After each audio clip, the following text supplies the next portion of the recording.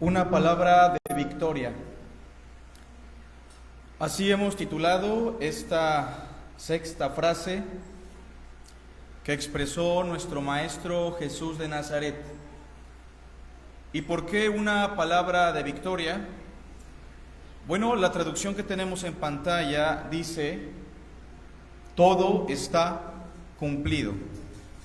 En la Reina Valera, que usted regularmente lee en su casa y en la iglesia, la frase dice: consumado es.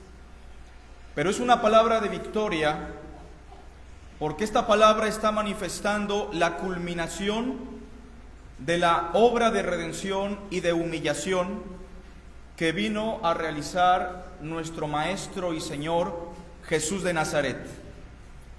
Las Escrituras, como ya hemos visto, profetizaron con mucha anticipación que Dios enviaría a su Hijo, que Dios vendría en la persona de su Hijo en calidad humana y que experimentaría una etapa de sufrimiento y de humillación que, como escuchamos en la narración, no inició en la crucifixión. El proceso de humillación del Mesías no inicia cuando los judíos lo entregan a Poncio Pilato. La agonía del Hijo de Dios y su etapa de humillación inició desde el momento en el cual Él decidió voluntariamente asumir la naturaleza de un hombre, asumir la condición de una criatura. Aunque Él en la eternidad era en forma de Dios e igual a Dios, Él voluntariamente a sí mismo se despojó de sus facultades divinas y tomó forma de siervo, hecho semejante a los hombres. Como dice un salmo: sacrificio y ofrenda, oh Padre, no te agradaron. Holocaustos por el pecado no quisiste. Entonces me preparaste cuerpo. El sufrimiento y la humillación de Cristo inicia con su encarnación. Y pregunto, ¿es humillante ser un humano? ¿Es humillante ser semejanza de Dios? ¿Es humillante ser una criatura como somos? Bueno, para nosotros tal vez no, pero que el creador del universo asumiera la condición de una criatura, pregunto, ¿era humillante?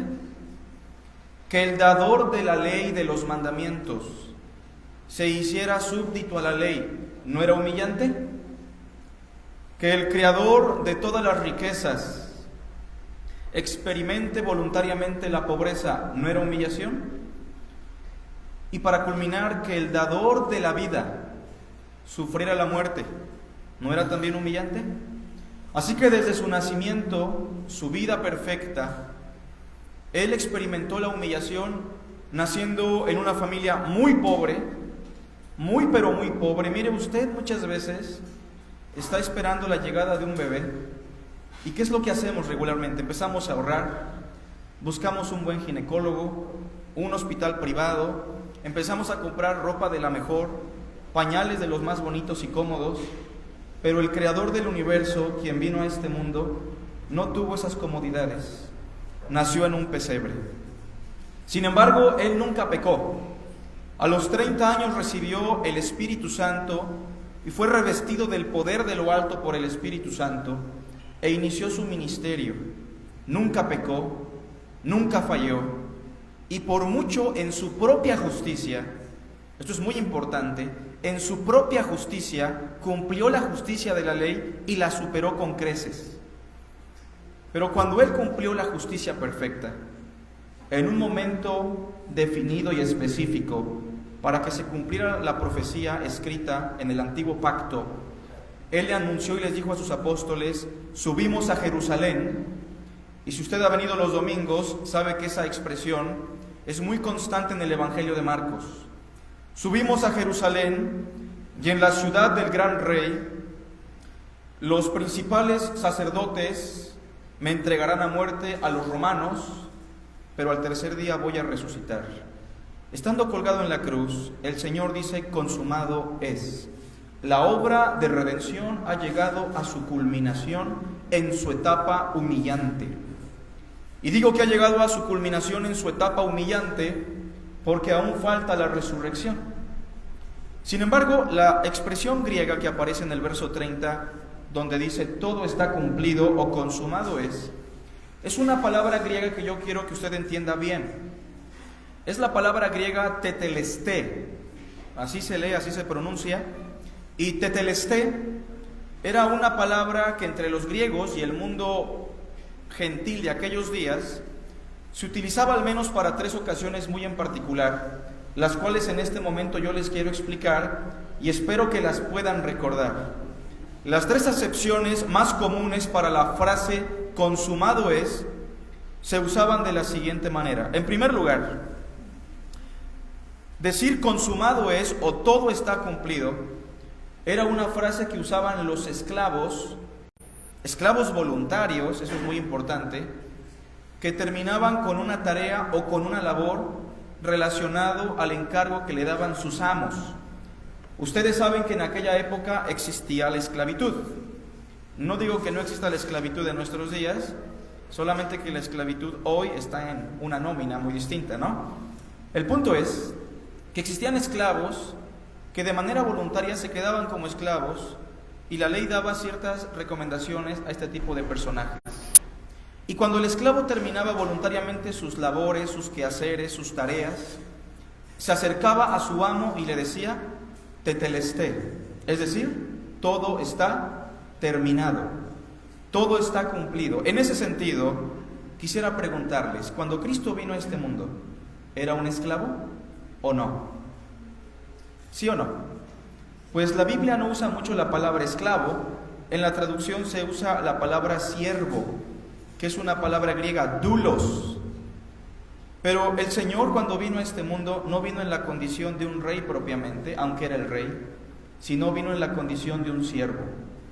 Porque el Hijo del Hombre no vino para ser servido, sino ¿para qué? Para servir y para dar su vida en rescate por mucho. Ahora, cuando Cristo muere en la cruz, Él como un esclavo al Padre, y si recuerdan la profecía de Isaías 53, la profecía le llama el siervo del Señor, he aquí mi siervo. Con esta frase tetelesté, todo está cumplido, Cristo le está diciendo a su Padre, la obra que voluntariamente yo vine a cumplir como tu siervo, como tu fiel esclavo, la he cumplido cabalmente y en plenitud. Todo está cumplido. Como dice Filipenses 2, se hizo obediente hasta la muerte y muerte de cruz. Tetelesté significa, Padre, he cumplido en mi propia justicia la justicia de la ley. Padre, he acabado con la obra de redención. Padre, he cumplido con todas las santas escrituras. Padre, he cumplido con la redención del ser humano como un siervo y esclavo fiel. La segunda cosa que significa consumado o la segunda acepción también importante, es cuando el sumo sacerdote tenía la obligación de inspeccionar a los animalitos antes de sacrificarlos y ofrendarlos en el altar. Si usted era un judío, o al menos era un judío de habla griega, usted llegaba de muy lejos tal vez al templo de Jerusalén con un corderito o un animalito para ofrecerlo en sacrificio por sus pecados, pero no era tan fácil como solamente llegar con el animal. El sumo sacerdote y encargado de esta labor tenía la obligación de inspeccionar a este animal, porque la ley de Moisés, no sé si recuerdan, tenía especificaciones muy claras de que no tenía que tener las patas quebradas, tenía que ser un animal de cierto tiempo, con ciertas características, y cuando el sacerdote terminaba la inspección, le decía a la persona, tetelesté, obviamente en su traducción hebrea, consumado o todo está cumplido. El cordero es funcional, el animalito sirve para el sacrificio, lo podemos utilizar, he terminado la inspección. En ese mismo sentido podríamos decir que Cristo, como el Cordero de Dios, ha sido inspeccionado por su Padre y encontró falla en él. ¿Encontró un hueso roto? ¿Encontró pecado en su Hijo? No. En Cristo hay una perfección que no se podrá encontrar jamás en ningún otro hombre en este mundo, en este siglo. Cuando Cristo muere en la cruz y dice todo está cumplido, también Él está diciendo, Yo soy el Cordero de Dios, como dijo Juan, que quita el pecado del mundo. El Cordero tan esperado, el animalito expiatorio tan anhelado por el pueblo, ha llegado a su plenitud. Recordemos una cosa, esto es muy importante. Cuando Cristo llegó al mundo, ¿ya estaba listo para entregar su vida en la cruz? ¿O no? Fíjense que no. Cuando Cristo viene a este mundo, Él es sin pecado, pero aún no ha sido perfeccionado. La Biblia sí nos dice que era sin pecado desde que nació, pero que tuvo que ser perfeccionado a través de muchas aflicciones. Consumado es significa Jesús es el animal sin defecto, figuradamente por la ley de Moisés, que puede servir para la ofrenda y el sacrificio por los pecados. Y la última acepción de consumado es, se usaba regularmente esta palabra tetelesté para hablar de la liquidación de una deuda. ¿Alguna vez usted ha tenido una deuda? En una tienda departamental, en un banco, y no siente bonito cuando usted termina de pagar y le dicen, todo está saldado. ¿Alguien aquí tal vez tiene una droga hoy día y quisiera escuchar esas palabras? Bueno, pues cuando el Señor dijo tetelesté, consumado es, también podemos pensar en esa acepción, porque encaja muy bien con el lenguaje de Cristo. Usted y yo teníamos una deuda con Dios, ¿sí o no? Usted y yo teníamos un problema con Dios. Nuestros pecados y nuestras iniquidades tienen que ser pagadas. O Cristo las pagó por nosotros, o usted las pagará por toda la eternidad. El ser humano tiene una necesidad más grande que su salud física, que su economía. La necesidad más grande es el perdón de sus pecados. El Señor dice, venid luego y estemos a cuenta. Si tus pecados son muy rojos, los voy a hacer blancos, te voy a perdonar. Pero ¿saben por qué es posible? Porque en algún momento de la historia, el Cordero de Dios que fue inmolado desde antes de la fundación del mundo, llegó a la culminación diciendo, todo está pagado, todo está saldado. Usted es un pecador igual que yo y usted merece la muerte. Usted merece la condenación. Usted no merece estar con Dios, ni yo tampoco. Pero ¿sabe cuál es el mensaje de hoy? ¿Sabe cuál es la grandeza y el valor de estas palabras que estamos recordando y explicando? Que el perdón de Dios ya ha sido entregado a la humanidad. Que Dios ya pagó por los pecados del hombre. Que usted no puede recibir el perdón por sus méritos. Usted no lo puede ganar porque el perdón ya lo compró Cristo. La deuda ha sido saldada. Quiero preguntarles algo. ¿La muerte de Cristo es suficiente para los pecados de todos los hombres, sí o no? Y si este mundo y la historia de la humanidad se multiplicara por millones de mundos, ¿seguiría siendo suficiente? Porque su vida perfecta, justa y sin pecado lo es. Consumado es significa los pecados del hombre han sido pagados en la cruz. Ya no hay deuda. Dios estaba reconciliando al mundo en Cristo. Dios ha logrado en su obra de amor el pago por nuestros pecados. ¿Qué tiene que hacer usted?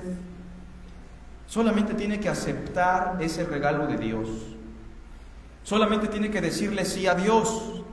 Teológicamente la Biblia dice que eso significa creer, poner la fe en Cristo. ¿Qué es la fe en Dios? Sino solamente decirle sí a Dios. ¿Qué es la fe en Cristo? Sino solamente aceptar lo que Él ya hizo por nosotros en la cruz. Ni sus méritos, ni sus sacramentos, ni sus diezmos, ni sus ofrendas, ni su exterioridad, religiosidad, comportamiento le van a dar el perdón. Porque el perdón usted no lo puede pagar, ni le puede completar a lo que Cristo ya pagó. Consumado es, y eso significa que hoy usted tiene la oportunidad de reconciliarse con Dios porque el perdón ha sido ganado por Cristo. Pasemos a la siguiente palabra, hermanos.